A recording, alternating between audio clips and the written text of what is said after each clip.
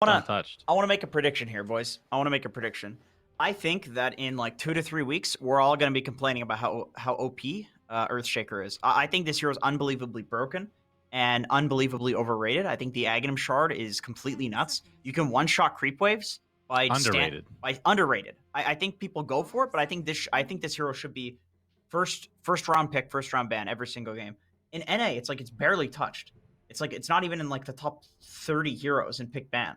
I have no idea why. I guess people just like aren't experimenting with it. But I feel like you can throw it in lane with some like Venomancer, some Nature's Prophet, some hero that's going to do fine regardless, or OD, and then you just have this like ridiculous Aghanim Shard that permastuns people, Fissure from 2,000 billion range away with Ether Lens. Like there's some builds on this hero that make it feel not okay.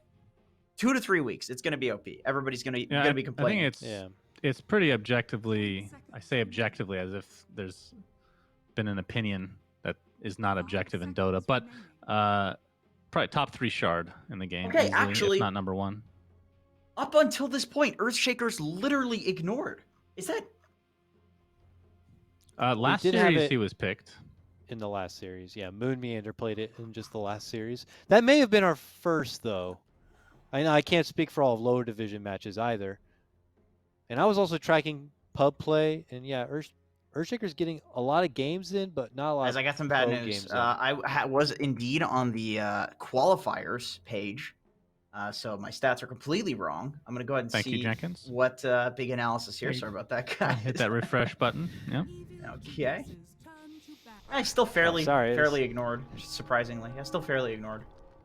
The point being, he's underutilized or not, as much as he should be. And as I mentioned before, there are other regions who feel that way about their own little passionate heroes. I briefly mentioned Darkseer, and it seems like every time I have Dream League on in the morning, Darkseer is making a good, strong case for himself. So just gets me back to being more excited. I hope when Major rolls around, everybody's able to kind of be together because it feels like we're more isolated than ever, and everyone in their own little petri dish is coming up with the meta in their own sense. You know why? Maybe they're peeking over and seeing what they got, but it's everyone's got their own flavor. You know why NA doesn't play Darkseer?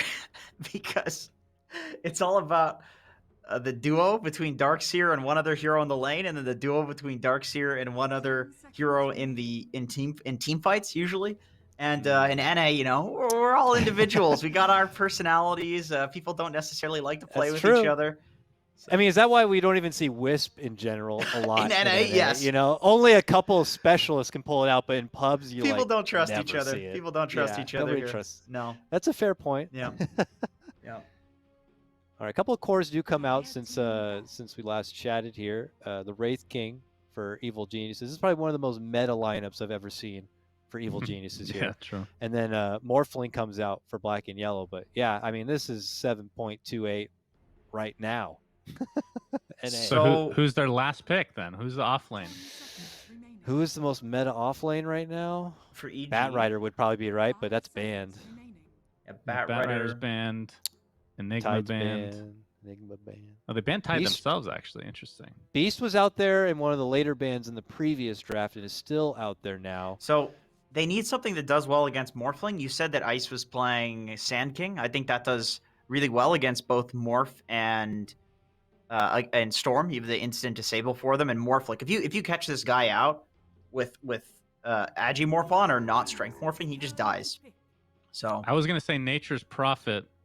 We haven't seen him as much for some reason. I think the hero's really good right now, but that would have been a decent last pick. He's played a ton of Nature's Prophet recently. I'm surprised that didn't get banned till right at the very end there. He's probably been ignored. It felt like the first 2 days we were broadcasting, Nature's Prophet was like the hot flavor, and now he's kind of been ignored. I think Arkosh Gaming is ahead of the curve in NA, picking Nature's Prophet so early every time. I think they watched my. I put a video out on that actually. Gremlo just copies the same build that I do. Silencer.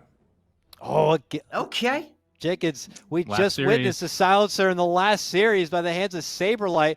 One of the best core Silencer performances of the patch, for sure. Huh. And I guess EG were just kind of watching from the sidelines there a bit. Oh, yeah, Silencer, huh? I guess you're against a Storm? You're against an Earthshaker? Yeah. Why not? Man, Storm needs to buy so many defensive items. So does Morph. It's like the same heroes that destroy Morph and Storm, right? Like they're countered by kind of the same stuff. I would actually wager that there's like a 50% chance that this pick is a position 4 that's coming out, because I know Zero plays a lot of Earthshaker, and he's a fan of that. I don't know on this patch if he's been experimenting with it. And Yams and Zero, these guys are a dynamic duo. They've duo queued before. They're really close friends. I know they really like to do this Earthshaker Morphling combo. I actually duo queued with Yamson for a while, months and months back. We did Earthshaker and Morphling, and I can tell you, every single game I was 1 in 12 on Earthshaker, feeding, and he would carry me. So, okay, I'm interested to see who picks this. I feel like Flea is going to pick up the. Okay, never mind. He's the Earthshaker. Flea Earthshaker. Okay, last pick was the Pango here, gentlemen. The draft's complete. Take it in. Huh. More so, try to look over black and yellow side to see what kind of positive they can pull out here. It's hard to try to favor him, though, because EG just has such a star-studded meta lineup. Give me your quick take here, Suns fan, first. Yeah, I'm going to go with EG. No surprise. Silencer's really good this game, even against Pango. I'm kind of surprised by that pick. You get like a Lotus on him or a Yules. You got to get a lot of farm on these heroes just to go against Silencer. That's position 3, not to mention the rest of their lineup. So normally I would vote against a Silencer off lane, because I feel like the way you deal with this idiot is you just kill him, because he just walks away from you slowly. But with the Morphling being so weak between levels 1 through 3, I actually don't know how you can kill him. I feel like Ice is going to have a fairly free game. So I'm going to go with EG. All right. Are we watching the meta continue to unfold and develop here with another offlane Silencer? Let's find out after the break. We come back with Lyrical and GoDz. Hello and welcome back, all you fine folks out there, and thank you, our very stepping outside of their comfort zone, bold panel, picking evil geniuses to win. GoDz, they're going crazy with their predictions over there. How you doing? I'm doing good. It's wild stuff here in North American Dota, you know. Who would predict evil geniuses to win a series? I don't know. Jenkins is mad. Suns fan is mad. These guys don't know what they're talking about. It's true. I will say, I was not expecting the Silencer last pick, but I think that they made some good points about, Silencer really wrecking Storm, kind of destroying Morphling, depending upon how it goes. It could be really freaking annoying. But likewise, Silencer not really the hero that's sort of the slipperiest in the world. I think that that's sometimes where Ice does the most damage. Yeah, he could still maybe make some good plays or whatever, but I don't know. I'm not sure if I love the hero player matchup as much. He's probably just going to own everybody's face, and then I'm going to look like. Yeah, it is. I think what's the scariest thing about this EG team is this offlane duo of Crit and Ice. Like, Crit is such a good aggressive 4, and Ice is like the most insane aggressive offlane player in Dota 2. So it's like this match made in heaven to me, and I think as long as the fact that Crit's on this tanky frontliner for Ice, I think will make this Silencer work. All right, I like it. I like the analysis there. We'll see how it does. Down bottom, a little bit of a different one going off in the off lane from black and yellow. It's a Pango and an Earthshaker. And of course, Jenkins was talking about the combo that he had seen before of Zero playing with Yamsun and doing like a Earthshaker Morphling combo, deciding that they need to switch it up after seeing the Silencer picked up, and it's going to be the 3 Pango instead, and then a 4-position Earthshaker. Yeah, and they can still theoretically make use of that combo. Oh, top lane already early rolls in from Crit, just some casual harass. But, the Shaker Morph is just not what it quite used to be, and I think this Morph is going to have a tough time because you are playing against a lot of annoying heroes. The Silencer, the Puck, even Earth Spirit with his silences can be annoying. It's a pretty tough Morphling game. Going to be very difficult for them, and of course with the long range initiations, if Yamsun ever steps a bit too low in terms of these HP, could definitely be punished with that one. But they're going to be able to pull this creep wave back. Crit trying to bring it back behind the tower, and in the meantime down bottom, sort of the bash bros going on with the Pango and the Earthshaker. It's going to be hard to stay on target and sort of beat down Fly here. It feels like he's going to have a pretty free time just messing with them. Yeah.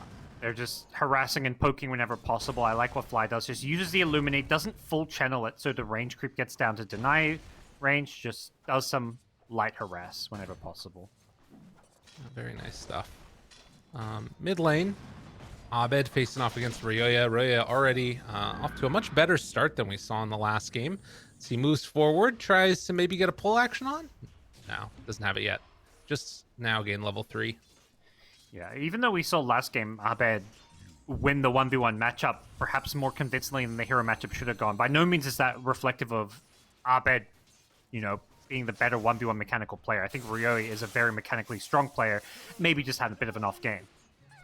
Oh, and that was nice right there as well. Uses the pull to ensure that he can deny the ward in mid. And, level 6 being so important. If he did get that ward, that could be the difference between him getting level 6 before him or not. That's gold that Abed invested to buy the center. He saw the ward get planted because he had a ward of his own, and when you invest that gold, you're really hoping to, make it back. But Ryoya getting very low. He may just die here. Has got the Fairy Fire. And jeez.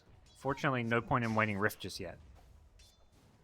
Playing that on a knife's edge right now. There is a courier coming on out, but this is a little bit tough. So he's going to have his bottle, but he's kind of getting boxed out a little bit. Needs to get this range creep, but Abed's not going to give it to him. And moving in, gets the first blood afterwards. Very well played. Oh, wait, maybe a turnaround, though. Now Abed, they kick him back underneath the tower with Crit here. Dodges the fissure. And now chasing down Flea. Damn, double kill for Abed. That was sick. Dude, Abed's so good. Unfortunately, that left Ice alone, so he gets instantly gone on and brought down because Crit rotated mid. But it's well worth it. Abed is going to be off to such a good start with those 2 kills. Jeez. You don't expect it. You never think that it's going to turn into that little extra bit, but it did. And... well, a whole level ahead right now of Ryoya. Definitely having a good time here. And, when he gets level 6, all it takes is 1 rotation from Crit, and that's going to be an easy kill, most likely, as they jump again up top, trying to take down Yensun. And he will be able to back out of there. As Morphling, not the easiest hero in the world to kill, if you can't catch him before that attribute shift. Pressure. They have got the regen on Jubei, so Yamsun can shift and heal up, but... 4-minute runes are going to come, and unfortunately for Black and Yellow, it spawns top, so this should be an easy rune pickup for Abed. Shaker was camping the bottom one, but this time the luck goes Abed's way. Yeah, and that was exactly what you want to see. If you're an EG fan, good stuff across the board right now, winning all 3 lanes, and then, it's not like they're having a terrible time. Earthshaker a little bit behind, but I think it's more just like it feels like the pace that they're playing at, they're kind of going to accelerate from here. And I think this has been a kind of recurring theme. We saw it in the Undying series where they were the heavy favorites. These top teams are just way better at securing their carries farm. Arteezy has had uncontested free farm. Meanwhile, Morphling has had a pressured lane. So even though they kill Ice, they haven't fully given Yamsun the best time. And I feel like... Ooh. Chase for it. Dude, and that's the 5-minute rune too. Oh no. Yeah, the bottle refill. They got all 4 bounties. And now the roll through finds Jubei up top, kicks him back under, silence afterwards, trying to take down this Witch Doctor. Can they kill him in time? Although Ice, he might have gone too far. Jubei walking away, cool as a cucumber. Crit gonna try and find him for the finish, but I'm not sure if they're gonna be able to get it. Rolls off the marks. He really wants those urn charges. That's an easy kill if they have urn charges. You just pop it offensively, you get the kill. But Crit unable to find his first charges. Mid They're lane. going in mid, yeah. Nice again, dodge. Don't get the illuminate damage, but we'll be able to find one more punch here. Most likely phase shift and jaunt away. Abed again does it to him. Yep. Gets given the tango for some extra heal, and a 6-minute rune coming up. No Black and Yellow heroes anywhere nearby to contest it. So Abed gets all the regen, will get the rune, and is now level 7. Dominating stuff. This is a wild puck game. This is crazy. I mean, yeah, he's gotten a couple rotations coming to his lane, but some of this has just been outplay too. Oh, for sure. He's just so masterful on his hero. Like, when it comes to the CS thing, the last hits denies, Ryo can hold his own, but Abed just knows when to pick his fights and when he has the advantage. He'll keep the siege creep alive mid, so pressure on the tier 1 mid tower now. Yeah. And well, back mid again, you talking about it, that pressure, they're going to try and alleviate it, throws down the fissure, but not drawing the creeps away. And at 6.5 minutes, I think they're coming close to losing this tower. They're going to at least need to deny it. Yeah, it's gone. I don't know if Fleet can deny. He's just going to die. And... They have a glyph. Okay. Didn't use the glyph. That's fine. Was it on cooldown? No, it was definitely up. Okay. Ice is in no man's land. It was a classic. Yep. Perfectly fine. Throws out a couple more hits there before he ends up going down, but it's all setting up for Abed. Setting up the pins to try and knock him down afterwards. The TP out is going to be good as Abed chases Jubei and has eyes on the Witch Doctor chasing again. Coil is even going to be dropped as he tries to back away. Eventually, the Witch Doctor goes down. I think maybe you're onto something about this not necessarily being an Ice hero. He's still doing fine though. Like he's ahead of the enemy offlaner by a huge margin. And that's, I think, kind of goes back to what I was saying where these experienced teams, they're willing to give up those deaths because they secure farm. Oh my god. Another kill. Ooh. The dynamic duo with Crit jumping in there too, and Abed is able to help clean that one up. And again, all of this space being made for TZ. 62 last hits right now, and taking a look at it, really high up on that net worth as well. Yeah. It's the, dream game as a carry where your team is just giving you complete free farm and also winning the game without you. There's no pressure on you to do anything right now if you're a TZ. When your team's winning without you, it just gives you an extra 5-10 minutes to farm. Good zip away there. Really recognizing the danger and backs out just in time. Yep. I think it reveals the fact there's a ward. They just don't know where it is. Right. Well, meanwhile, Ice back up towards the top, wanting to keep the pressure on, it looks like, is pulling the creep wave along with him as he gets into position. 4 heroes actually up top right now. Yeah, Ice is only level 5. Like, that's where if they have a global silence, they can probably get that kill mid, but he's a bit underleveled. Yeah. Fly comes back in, gonna spam it out, illuminate damage, and up in the river, in the jungle rather, they find another kill onto this Witch Doctor. Yep. This is where having Coddle as a 5 can feel so nice because a lot of the times you just have to give up your safe lane tower at this stage when the enemy rotates there, but Coddle's just the perfect hero to sit behind the tower, spam illuminate.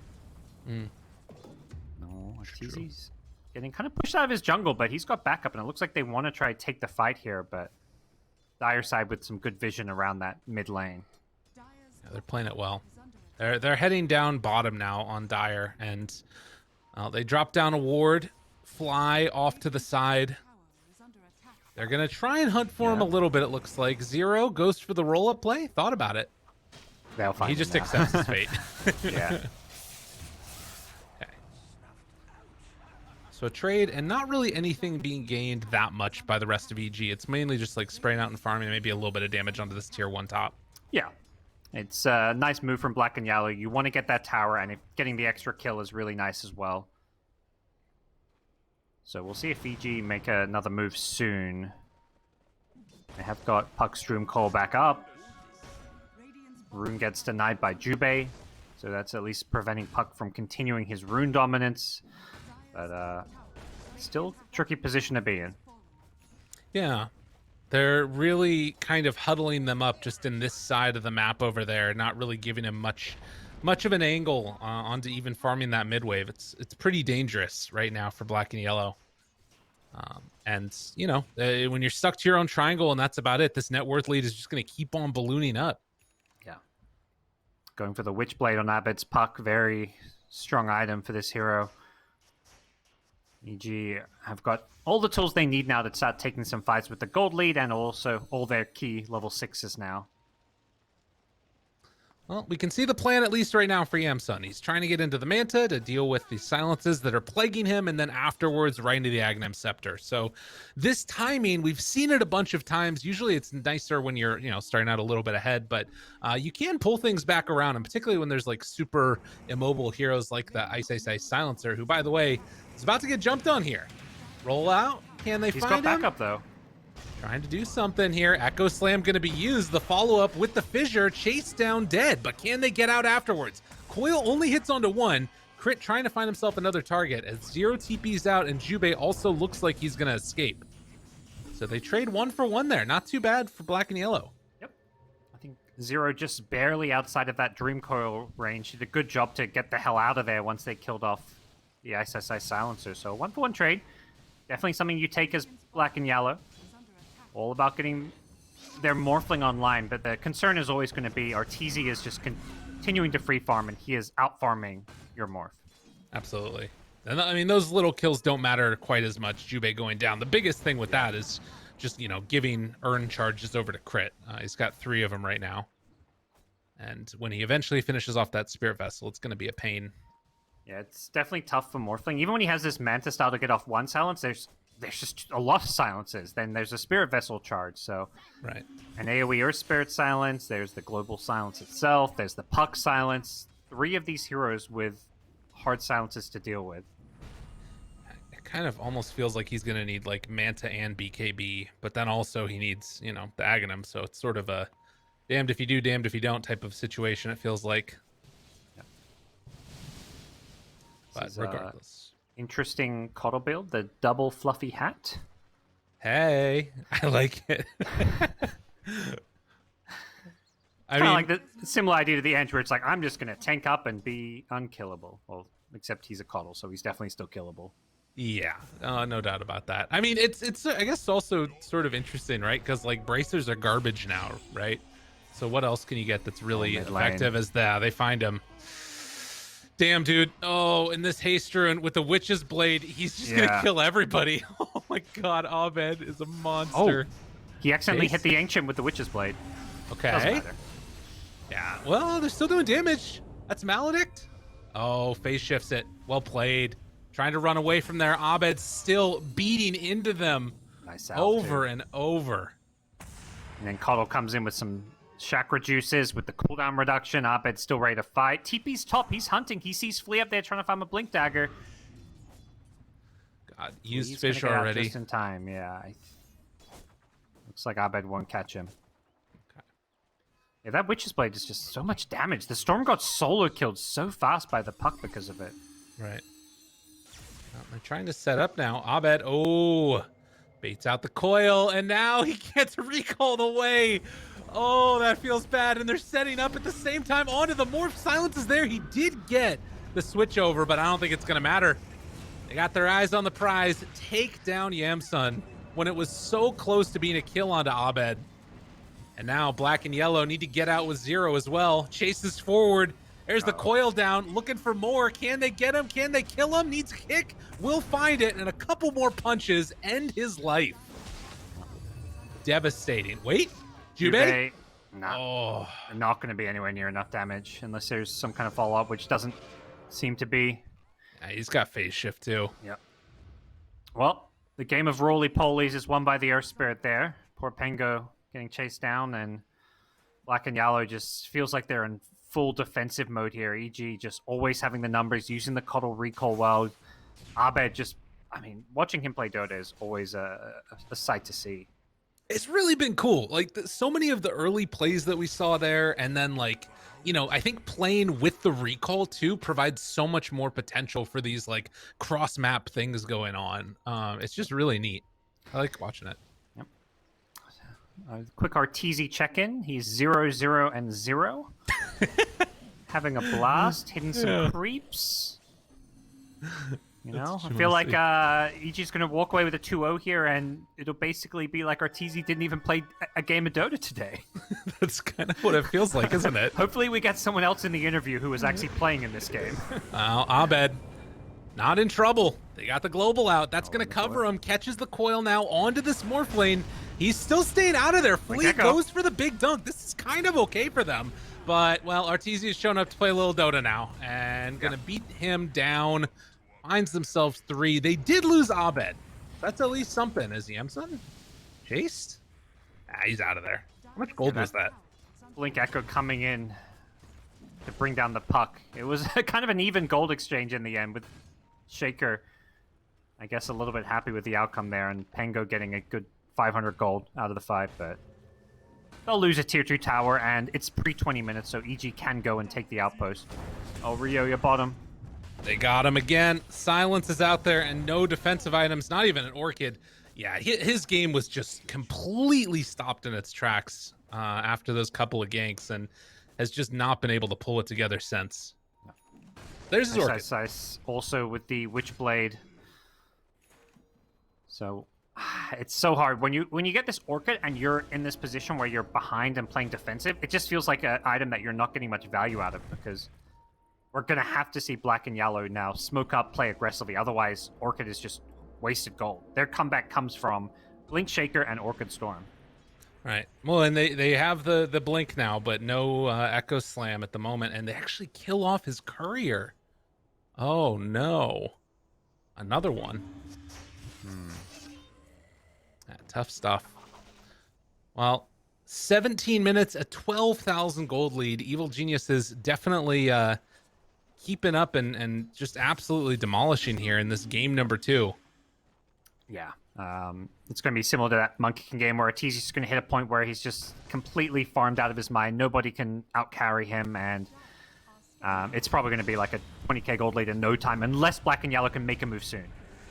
Sauntering forward, Arteezy will be stopped for a moment by a fissure, but eventually Abed cleans up the kill. Could look for more now.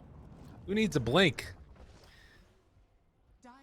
Didn't want to drop the Dream Coil there, but they know they've secured this top tier 2 tower with the Wraith King and his Skelly Bros. Puck going on the high ground. Oh my god. Is he going to pay the price, though? Global Silence bails him out. I don't think so. They got the Coddle behind to reboost all of his spells. Jumping afterwards, Silence. All right, Abed's crazy. Abed lost his mind. Are they going to lose everybody for this, or are they going to go too deep? Rayoya, Silence for a long time, tries to get away. Still taking all that damage over time. Rayoya will fall. Now Ice, Ice, Ice. He's also going to be found.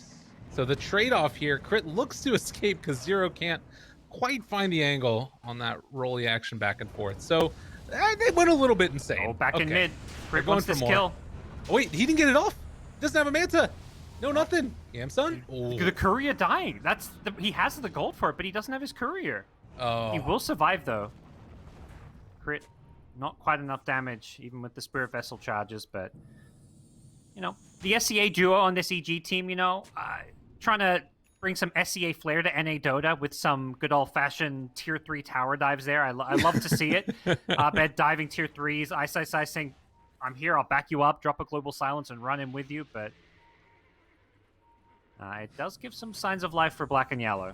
I love the energy. That's what you want to see. And I think that's where, you know, EG in the past have been at their best is when they have that kind of crazy mid-playmaker, you know, whether it was Sumail in the past or Abed more recently. True. It's definitely been a formula for success, particularly when you have such a kind of farm-heavy carry player in Arteezy. Yeah, and like creating, I mean, and we talked about it already with Crit as well, right? Like him playing in that off lane, you know, with Ice Ice Ice, and then if, you know, they can group up together and play with Abed, you've got just this maelstrom of action, and then Fly's there, you know, waiting to soak up the gank whenever, you know, the team smokes in towards Arteezy, and they kind of just have all their bases covered. A little bit of chaos and a little bit of consistency there. Well, they'll secure themselves a Roshan. The Puck, Abed, getting the Aegis. He says, this time it's mine, Arteezy. Oh my god, your voice got very loud. You're really excited about that one, as Zero is going to get brought down there again.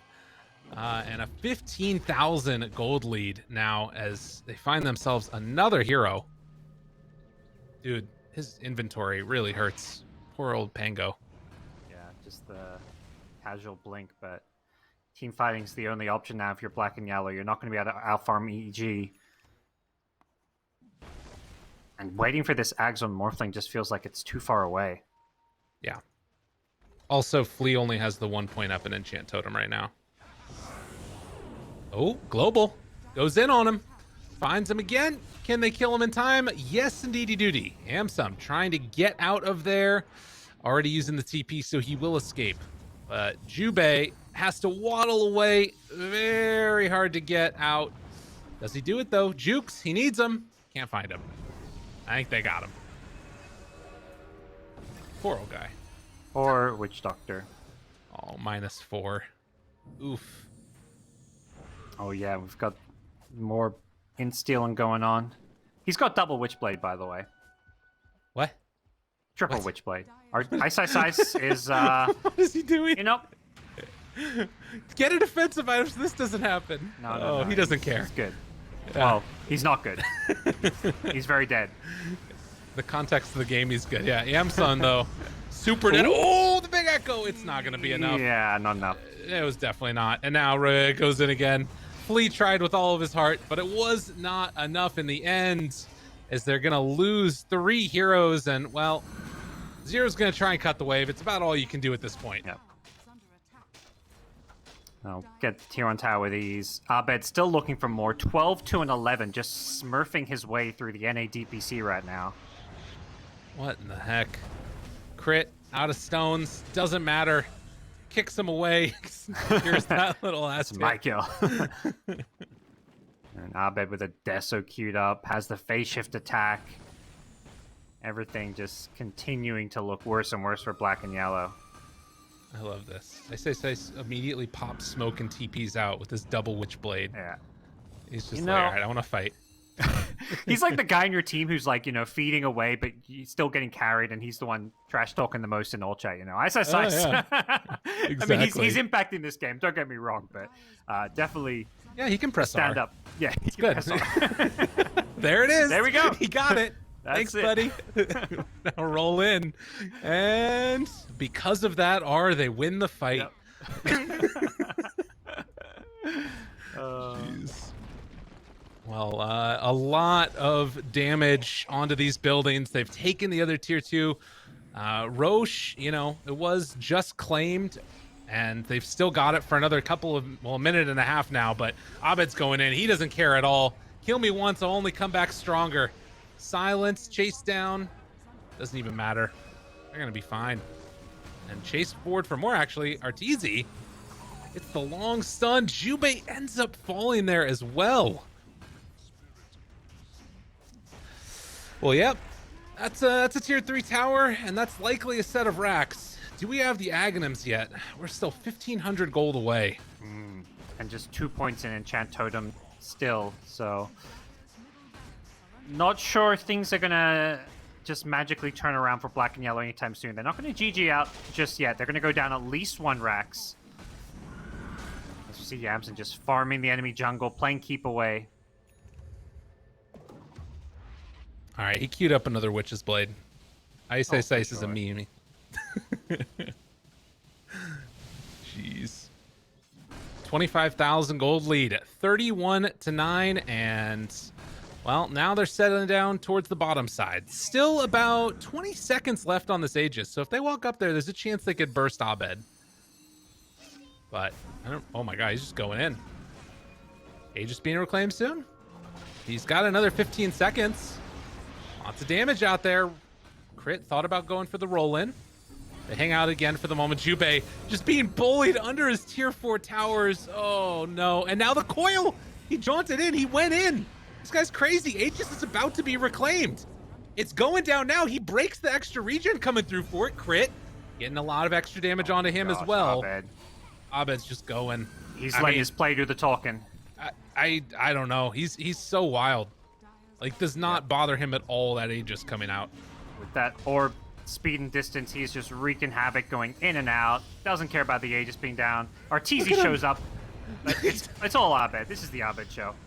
He keeps going for more and tries to beat down Yamsum. They will get that kill unstoppable. Everybody dead, and GGG is for sure.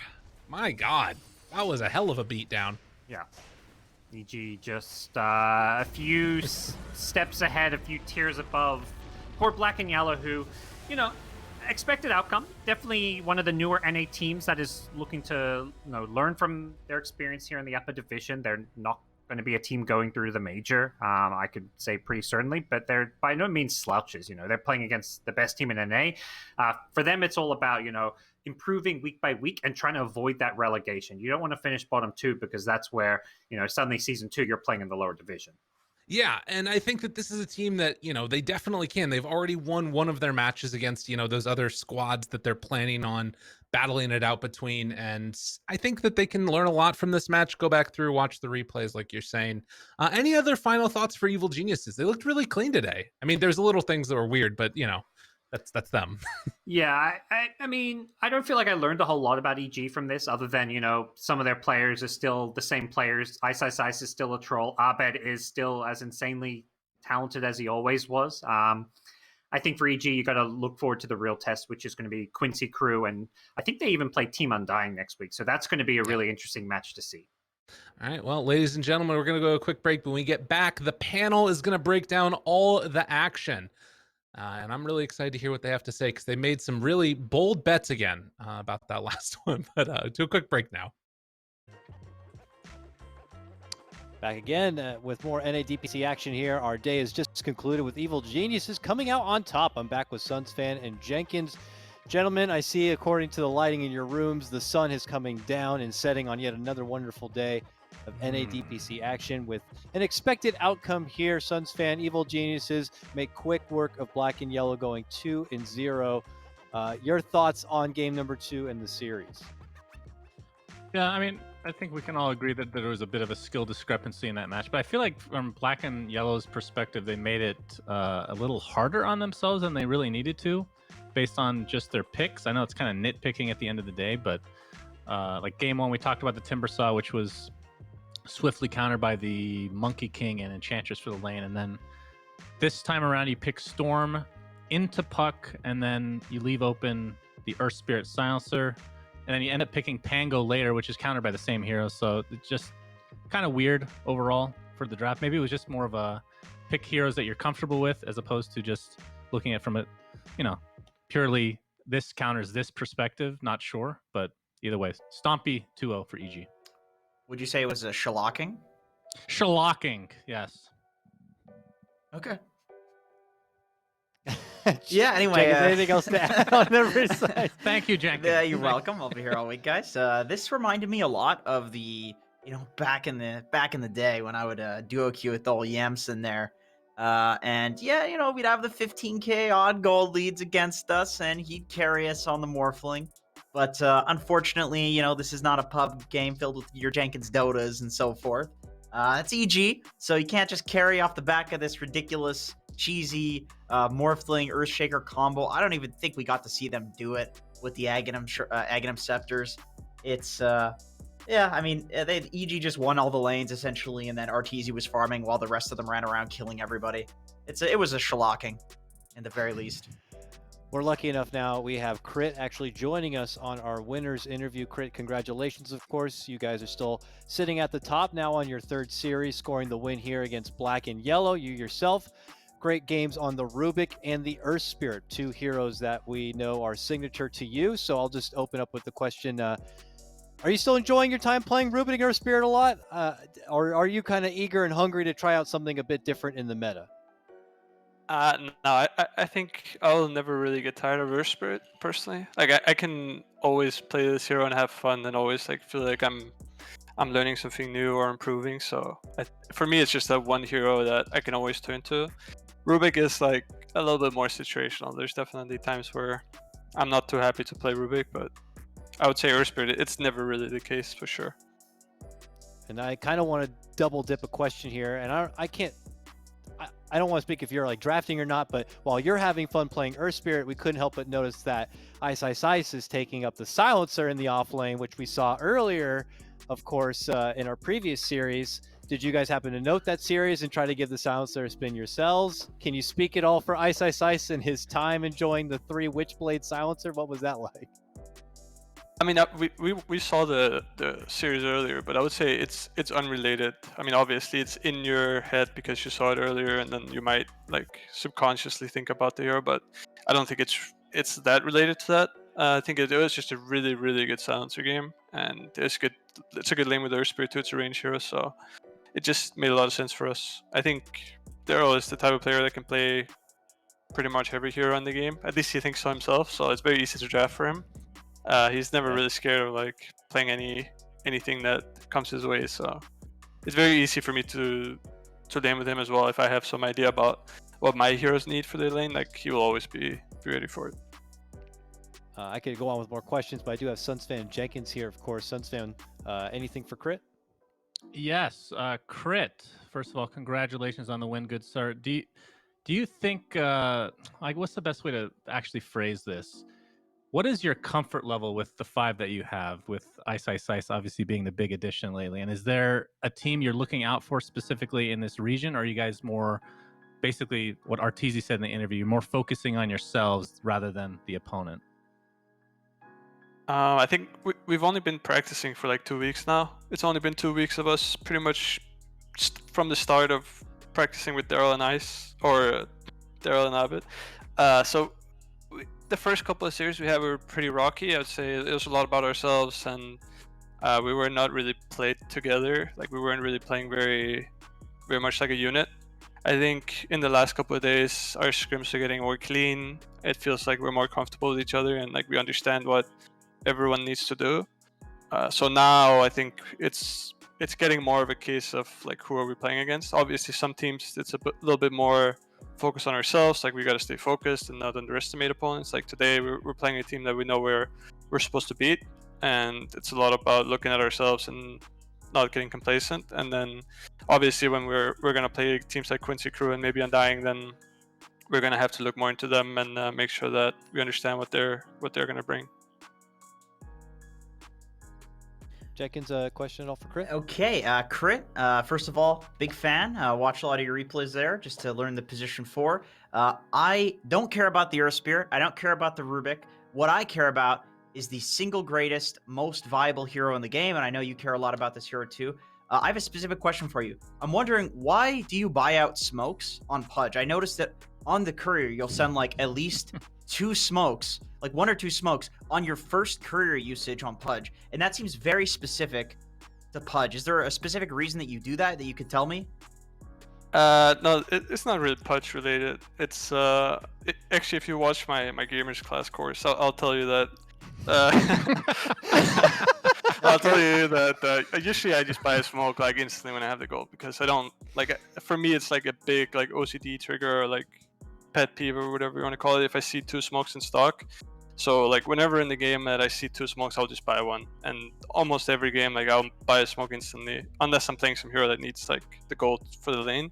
I'll just buy a smoke. So it's not really Pudge related. I think it's just Pudge is just one of those heroes where I buy the region from the start, and then when I have the gold for the smoke, I can afford to buy it. Okay, very important follow-up question. How viable is Pudge in the current meta? I think he's pretty good, but I don't think he's good as a 4. I think he's a decent core hero. Probably like an off laner. I'm getting some situations. I'm getting dodged a lot this week. I think it's good, but I don't know. I don't see other players that usually believe it's good playing it a lot. Like the player I usually look at is Sai, because Sai is like a person that will play this hero if it's like even close to being viable, and I haven't really seen him pull out the Pudge too much. So I'm not sure about it. I'll keep an eye on Zai. I'll keep an eye on Zai. Definitely be careful with that kind of permission you're giving out to people like Jenkins and pubs out there that saying Shouldn't have said that, Crit. As okay thing. One, I do have one last question though, because you were talking about it a bit at the very end. Now, obviously, Ice is the new addition to the team and your frequent laning partner. So I want to know, what's that been like as compared to your previous lane partner being someone like S4?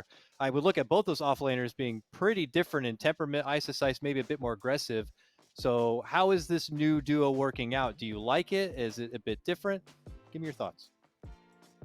It's very different from what I've had previously. I would say that the most similar offlaner that I've played with was probably Moon, and that was a while back. In terms of style, other than that, like both S4 and Universe are like both very conservative in a way. Like they play the traditional heroes, like they all do their job, and you can always rely on them. Where Daryl is more like an X factor in a way, and I think that's a good thing to have. But he's also reliable. Like it's very easy for us. Like if we need something from him in the game, like he will know it. He doesn't really need to be told. Like if he needs to be like that X factor, if he needs to be like the stable like aura team fight offlaner, then he will do that. So he's very knowledgeable, and he understands like the different types of roles that I think makes offlane like one of the harder roles. Is that there's a lot of difference in the type of heroes and the roles you might play like between the games, whereas other roles are kind of like, if you're a mid laner, you're mostly the same role. If you're a carry, it's mostly the same role every game. Offlaner tends to vary a little bit, and he's very good at reading the game in the draft and what he's supposed to do. Are you in NA or EU right now? I am in Copenhagen. Okay, so you have yet to experience firsthand the Ice boxers socks. Yeah, combo, right? I haven't experienced it, no. Are you excited about that? I mean, I haven't heard about it before now, so. Oh, I mean, really? there may Oh, be a day in goodness. the future you're going to be on stage in a box, look over, and suddenly see Ice just with Oh, boxers yeah. out, and you're going to be like, "Wait, we're about to lane together." Are you okay? Oh yeah. All right, dude. I can remember it now. Yeah. I mean, I've Yeah, definitely so- seen that. I've seen it before. I just didn't think about that I was gonna be Oh. part of that now. And now he's I thinking guess. about that tonight. Suns fans like, "Oh God, when we get back to LAN, I'm going to be in there with Ice with no pants on."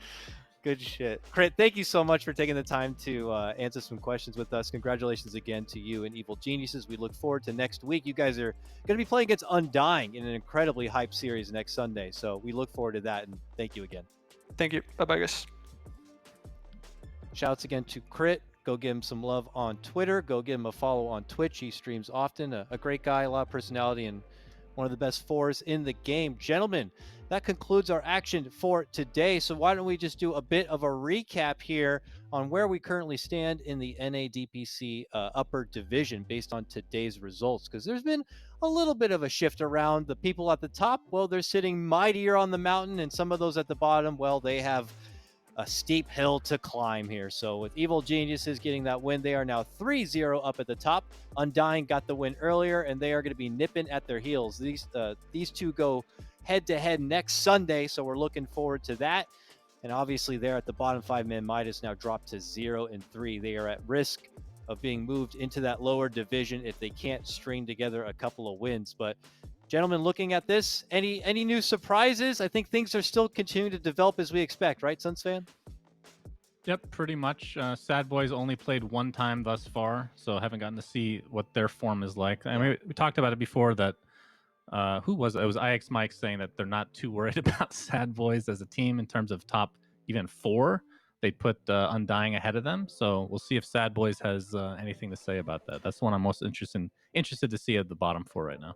I'm actually most interested to see this Undying team and where they end up, because from the little whispers that you hear on the streets, Undying is really like rocking other teams in scrims. So and from the brief interviews that we've had, a lot of teams put Undying as like top 2, top 3, which is really cool, because I think most people that look at this bracket think, for the most part, it's going to pan out with like EG, Quincy, Zoomers, then Undying and Sad Boys, then Black and Yellow, then A-Team, 5-man Midas, which is generally true. It's just that really Undying is the one team that I think has possibly moved up a tier, Yeah.